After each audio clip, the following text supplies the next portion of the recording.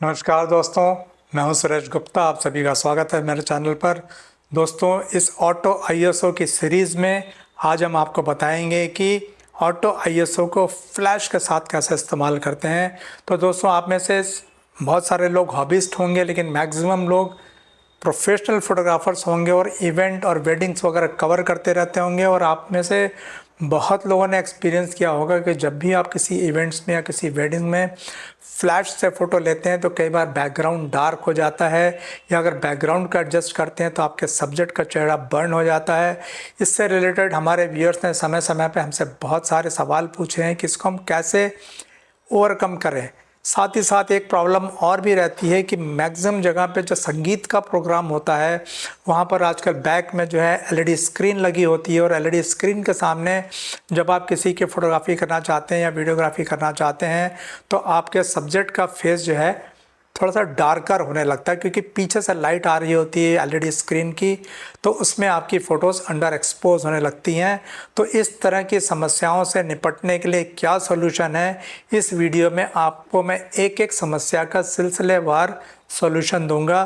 तो आप सभी से रिक्वेस्ट है कि इस वीडियो को कहीं भी स्किप मत करिएगा और आखिरी तक बने रहिएगा, क्योंकि इसमें मैं आपको ऐसे ऐसे सॉल्यूशंस बताऊंगा और ऐसे ऐसे डिटेल्स बताऊंगा इस फोटोग्राफी की कि हो सकता है उसके बारे में आपको नॉलेज ना हो। ये सब कुछ मैंने अपने बहुत एक्सपीरियंस से सीखा है और मैं चाहता हूं कि मेरा जो भी एक्सपीरियंस है मैं आप लोगों के साथ शेयर करूं।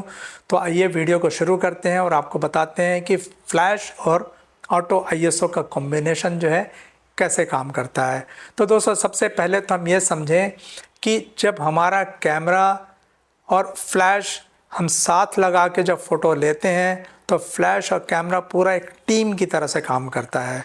तो टीम की तरह से इस तरह से है जैसे कि हमारा जो आईएसओ है वो हमारे बैकग्राउंड को इल्यूमिनेट करता है, हमारा जो सब फ्लैश है वो हमारे सब्जेक्ट को इल्यूमिनेट करता है, और इसके अलावा जो शटर और अपर्चर है ये दोनों मिलके हमारी या तो लाइट को कंट्रोल करते हैं या हमारे फ्लैश के अंदर से निकलने वाली जो इंटेंसिटी है उसको कंट्रोल करते हैं।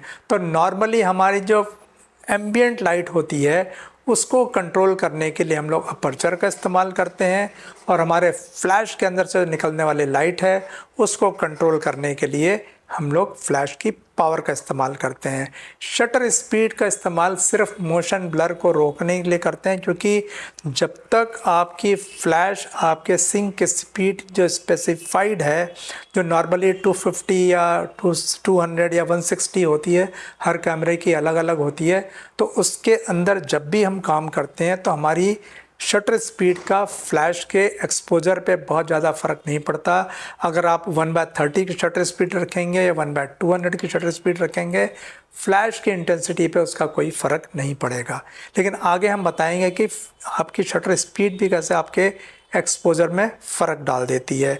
तो अब उसका दूसरा पार्ट हम बताते हैं आपको कि जब हम फोटोग्राफी शुरू करते हैं तो सबसे पहले हम क्या करते हैं, कोई भी एक आईएसओ फीड कर देते हैं कैमरे में। अगर मान लीजिए आपने ऑटो आईएसओ नहीं लगाया, अगर आप मैनुअल आईएसओ मोड पे काम कर रहे होते हैं तो आपने मान लीजिए कोई सा भी एक आईएसओ लगाया और उसके बाद जब पिक्चर लिया, कोई सा भी एक डायफ्राम जो आपको सूट किया आपके गाइड नंबर के हिसाब से, और जैसे ही आपने पिक्चर लिया तो क्या होता है कि आपका सब्जेक्ट तो बहुत क्लियर आता है, लेकिन कई बार आपने देखा होगा आपका बैकग्राउंड जो है वो डार्क हो जाता है।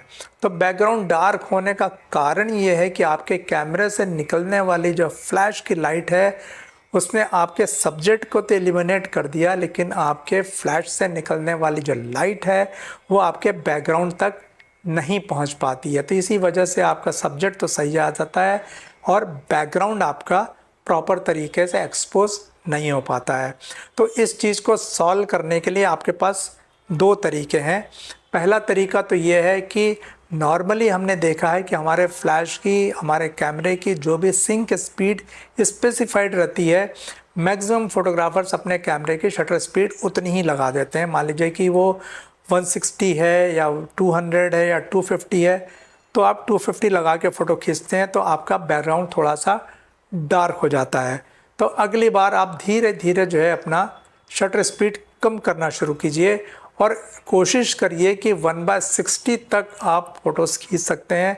नॉर्मली शादी में जब अगर मान लीजिए कोई फास्ट डांस वगैरह नहीं हो रहा है, किसी इवेंट में कोई बहुत ज़्यादा फास्ट मूवमेंट नहीं हो रहा है, तो आप 160 तक भी आप पिक्चर ले सकते हैं। और देखिएगा जैसे ही आपने 160 पे अगर पिक्चर लेना चाहा तो बैकग्राउंड आपका थोड़ा सा अच्छा एक्सपोज हो जाएगा, क्योंकि आपके बैकग्राउंड को जितना एक्सपोजर मिलना चाहिए था उतना एक्सपोजर मिल सकता है। लेकिन इसमें आपके पास ज़्यादा लिबर्टी नहीं रहेगी, क्योंकि आपका जो शटर स्पीड है आप 160 या 100 से नीचे नहीं जा पाएंगे। तो अब हम आपको दूसरा तरीका बताते हैं। आप अपनी शटर स्पीड वही रखिए जो आप रखना चाहते हैं, चाहे 120 हो, चाहे 160 हो, 200 हो, आपको जो रखना हो रखिए। अपर्चर तो आप अपनी फ्लैश और अपने डिस्टेंस के हिसाब से जो लगाना चाहते हैं वो लगाएंगे। लेकिन अगर आपका बैकग्राउंड डार्क आ रहा है तो आप धीरे धीरे ISO बढ़ाना शुरू कर दीजिए।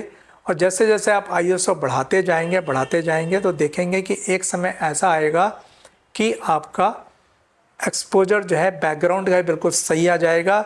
एंड अकॉर्डिंगली जो ISO आपने लगाया है उस ISO के हिसाब से आपके फ्लैश की कितनी पावर होनी चाहिए वो पावर आप अपने फ्लैश में सेट कर दीजिए। तो क्या होगा, आपका कैमरा जो है वो बैकग्राउंड को एक्सपोज करेगा, आपका जो अपर्चर है वो बैकग्राउंड को एक्सपोज करेगा, और आपका जो फ्लैश है उसके अंदर की जो पावर है वो आपके सब्जेक्ट को करेक्टली एक्सपोज करेगी। तो ये विन विन सिचुएशन हो जाती है, जिसमें कि आप बिल्कुल सही तरीके से बैकग्राउंड को भी एक्सपोज कर पाएंगे और आप अपने सब्जेक्ट को भी एक्सपोज कर पाएंगे। लेकिन होता क्या है कि अगर मान लीजिए ये तो पॉसिबल तब है जब आपकी सिचुएशन बिल्कुल स्टेशनरी हो। जैसे कि मान लीजिए अगर आप किसी स्टेज के ऊपर किसी एक रिसेप्शन का ग्रुप फ़ोटो ले रहे हैं, वहीं आपको 100, 200, 300, 500, 1000 फ़ोटो खींचनी है, तो एक बार आपने तरीके से अपना कैमरा ट्राइपॉड पर लगा दिया, बैकग्राउंड का एक्सपोजर रीड कर लिया, उसके हिसाब से आपने अपने कैमरे में ISO लगा दिया, आपने डिस्टेंस और अपने ISO के हिसाब से कितनी फ्लैश पावर मेरे को कैमरे में देना है उतना आपने फ्लैश पावर सेट कर दिया, कैमरा आपने ट्राइपॉड पे माउंट कर दिया और आप लगातार फ़ोटो खींचते रहिए। आपकी फ़ोटोज़ बिल्कुल बढ़िया आती रहेंगी, बैकग्राउंड भी वेल एक्सपोज रहेगा, आपका जो सब्जेक्ट है उसका एक्सपोजर भी बहुत अच्छा आएगा। अब दिक्कत कहाँ आती है, जब आपकी सिचुएशन डायनामिक हो। मान लीजिए कि आप किसी ऐसी जगह पे शूट कर रहे हैं जहाँ हर थोड़ी देर में लाइट बदल रही हो।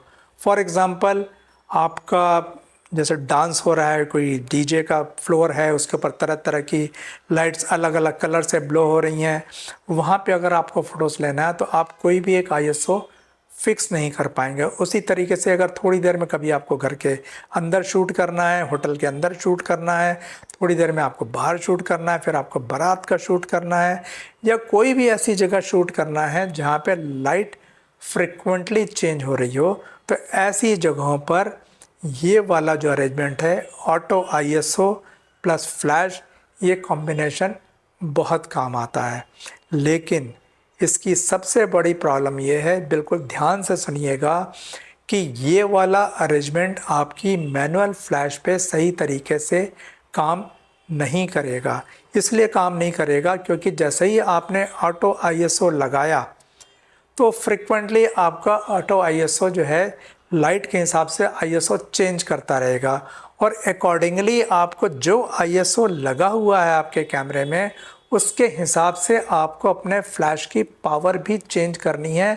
अदरवाइज़ पिक्चर आपकी या तो बर्न हो जाएगी या अंडर एक्सपोज हो जाएगी। क्योंकि मान लीजिए अगर आपने कैमरे में ऑटो ISO लगाया और उसने बैकग्राउंड के हिसाब से जो भी लाइट रीड करते हुए ISO लगा दिया, उसके हिसाब से अगर आपका अपर्चर और आपका जो पावर है सही तरीके से सेट नहीं है तो आपकी पिक्चर अंडर और ओवर एक्सपोज हो जाएंगी। क्योंकि शटर दबाने से पहले आपको नहीं मालूम होता है कि आपका कैमरा कितना ISO लगाएगा। तो इस बात को बिल्कुल ध्यान रखिएगा सारे फोटोग्राफर्स, कि अगर आपको ऑटो ISO का इस्तेमाल करना है फ्लैश के साथ में तो मैंडेटरी तरीके से आपकी फ्लैश जो है TTL होना चाहिए। अब अगर TTL होगा तो देखिए आपकी फ़्लैश किस तरह से काम करेगी। आपने अपने कैमरे में ऑटो ISO लगा दिया। हाँ, एक बात और है कि ऑटो आईएसओ में आप उसकी अपर लिमिट ज़रूर फिक्स कर दीजिएगा, क्योंकि क्या होता है कई बार अगर कैमरे ने अंधेरे में कुछ रीड कर लिया तो उसके हिसाब से वो बहुत ज़्यादा आईएसओ को बूस्ट कर देगा। तो आप कोई सी भी एक लिमिट फिक्स कर दीजिए, चाहे वो 1600 की हो, चाहे वो 2000 की हो, चाहे 3200 की हो। एक नॉर्मल रेंज में 3200 आईएसओ बहुत अच्छा माना जाता है। आप अपने कैमरे में 3200 की आईएसओ फ्रीज़ कर दीजिए और उसके बाद आप अपना टीटीएल फ्लैश को ऑन कर दीजिए और उसके बाद आप फ़ोटोज़ लेते रहिए। आपका कैमरा आपके एक्सपोजर को रीड करता रहेगा, उसके हिसाब से जो उसको आईएसओ लगाना होगा वो आईएसओ लगा देगा और आपके कैमरे में जो आईएसओ लगा हुआ है उसके हिसाब से जैसे ही आप कैमरे का शटर हाफ प्रेस करेंगे तो उससे निकलने वाली जो प्री फ्लैश है वो प्री फ्लैश आपके आईएसओ को रीड कर लेगी, टोटल एम्बिएंट लाइट को रीड कर लेगी, आपके कैमरे से आपका डिस्टेंस को रीड कर लेगी, आपने क्या अपर्चर लगाया है वो उसको ऑलरेडी मालूम है। अकॉर्डिंगली वो आपका पावर आपके फ्लैश में सेट कर देगी और एक बहुत ही बैलेंस फ़ोटो आएगा। तो ये है टोटल थ्योरी आपके ऑटो आईएसओ और फ्लैश की। तो मैं फिर से रिपीट करना चाहूँगा कि फ्लैश फ़ोटोग्राफी में अगर आपको ऑटो आईएसओ इस्तेमाल करना है तो मैनुअल फ्लैश से ऑटो आईएसओ लगाने की गलती मत करना, आपको निराशा हासिल होगी। इसीलिए जब भी आपको ऑटो आईएसओ लगाना हो आप टीटीएल फ्लैश का ज़रूर इस्तेमाल करिएगा। ओके, अब आपने टीटीएल फ्लैश भी लगा लिया, ऑटो आईएसओ भी लगा लिया, तो भी हो सकता है कि आपको पिक्चर आपके मन माफिक एकदम से ना मिले। तो उसके दो कारण होते हैं। सबसे पहले तो आप चेक करिए कि आपने अपने पिक्चर का, अपने कैमरे का एक्सपोजर रीडिंग सेटिंग कौन सा लगाया, एक्सपोजर मीटरिंग क्या लगाया है। तो उसमें अगर आपने स्पॉट मीटरिंग लगाया होगा तो अगेन आपकी पिक्चर अंडर एक्सपोज, मतलब आपका बैकग्राउंड अंडर ओवर हो सकता है। उस केस में आप, अगर आपका नाइकॉन और सोनी है तो मैट्रिक्स लगाइएगा, और अगर कैनन होगा तो इवेल्युएटिव जो आपका मोड होता है एक्सपोजर का वो लगाइएगा। तो उसमें क्या होगा कि पूरे फ्रेम का कैमरा जो है एक्सपोजर रीड करेगा, आपके बैकग्राउंड को रीड करेगा, उसके अकॉर्डिंगली ही वो आईएसओ सेट करेगा। और अगर मान लीजिए आपने 3200 या 2200 या 1600 पे उसको फ्रीज़ कर दिया है तो उसके आगे आपका आईएसओ नहीं बढ़ेगा, लेकिन 1600 से 3200 आईएसओ के बीच का भी रेंज होता है, उसमें आपका बैकग्राउंड बहुत अच्छे से एक्सपोज हो जाएगा और अकॉर्डिंगली आपके फ्लैश से जो पावर निकलनी चाहिए वो पावर आपके फ्लैश से निकलेगी और आपका सब्जेक्ट भी बहुत अच्छी तरह से एक्सपोज हो जाएगा। अब दोस्तों, मैंने वीडियो की शुरुआत में जो आपको एक प्रॉब्लम बताई, जो हमारे व्यूअर्स अक्सर पूछते रहते हैं कि एलईडी स्क्रीन लगी हो तो हमें क्या करना चाहिए। तो एलईडी स्क्रीन में दोस्तों एक बहुत बड़ी प्रॉब्लम आती है कि अगर उसके सामने आपका ऑब्जेक्ट खड़ा है तो उसकी अगर आपने वीडियो लेनी चाहिए या फोटोग्राफ करना चाहा तो नॉर्मली उनके फेसेस डार्क होने लगते हैं, क्योंकि उसकी जो लाइट होती है वो पीछे से आ रही होती है और हमारा कैमरा जो होता है वो उसको रीड कर लेता है। तो इस केस में मैं आपको थोड़ा सा रिवर्स सजेशन दूंगा जो थोड़ी देर पहले मैंने दिया था। आप अपने कैमरे का जो मीटरिंग मोड है इसको इस बार आप स्पॉट कर दीजिए, इसको आप मैट्रिक्स मत करिए।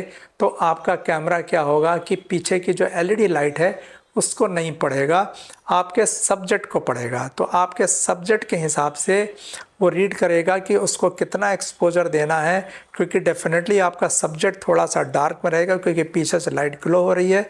तो आपका थोड़ा सा अंडर एक्सपोज होगा बैकग्राउंड और आपका जो फेस है ऑब्जेक्ट का उसके हिसाब से लाइट करेगा एंड अकॉर्डिंगली जो आईएसओ सेट होगा उस आईएसओ के हिसाब से आपके फ्लैश में से पावर निकलेगी और आपके सब्जेक्ट का फेस क्लियर आएगा।